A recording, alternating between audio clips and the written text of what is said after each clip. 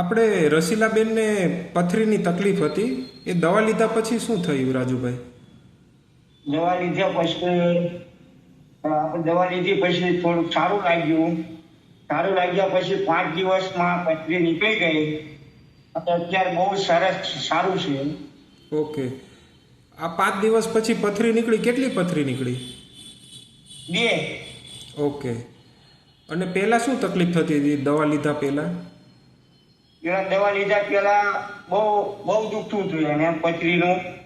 ઇન્જેક્શનો મરાવવા પડે, 3-4 દિવસ ઇન્જેક્શનો મરાયા, પણ કોઈ ફેર પડ્યો નહીં.